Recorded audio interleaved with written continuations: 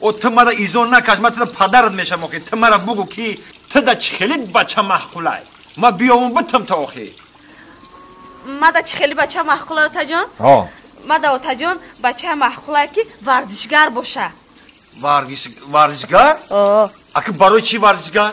برای چی که تا جان ورزشگر مشق میکنه زورای خیلی برای که ورزشگر محقولای ما تا جان.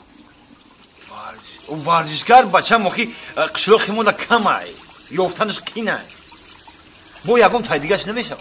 خیلی تا جان اگر که ورزشگر نباشه میفرمه که تا جان شوی هنرمند کنم، صنعتکار باشه، حافظ باشه. حافظ؟